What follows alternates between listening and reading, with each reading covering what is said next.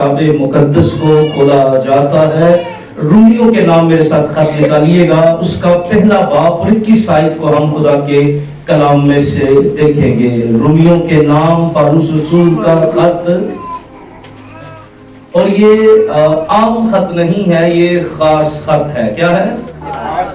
عام اور خاص کے بارے میں نے آپ کو بتایا تھا، کئی خطوں کے اوپر عام خط لکھا ہوتا ہے۔ عام ان خطوں کو کہا جاتا ہے جہاں بھیجنے والے کا ایڈریس نہ لکھا ہو۔ کیا ہو؟ بولے جہاں جس پر، جیسے پطرس کا عام خط، یعنی کسی کلیسیا کو مینشن نہیں کیا گیا بلکہ تمام کلیسیاؤں کے لیے تھا۔ لیکن کئی دفعہ پڑھنے والے یہ غلطی کرتے ہیں، وہ رومیوں کا بھی عام خط پڑھ دیتے ہیں۔